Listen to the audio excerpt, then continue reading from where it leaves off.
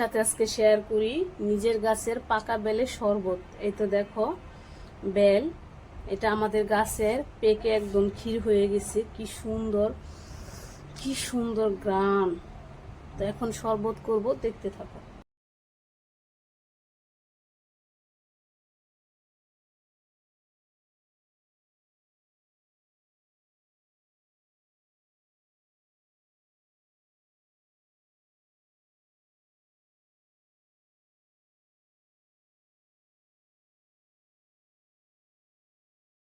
বেলের শরবত রেডি, এখন হচ্ছে খাওয়ার পালা। এখন খাবো, তো খাই।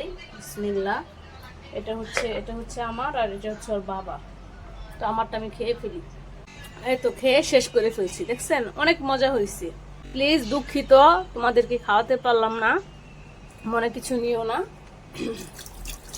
এই খাইবা না খেয়াল?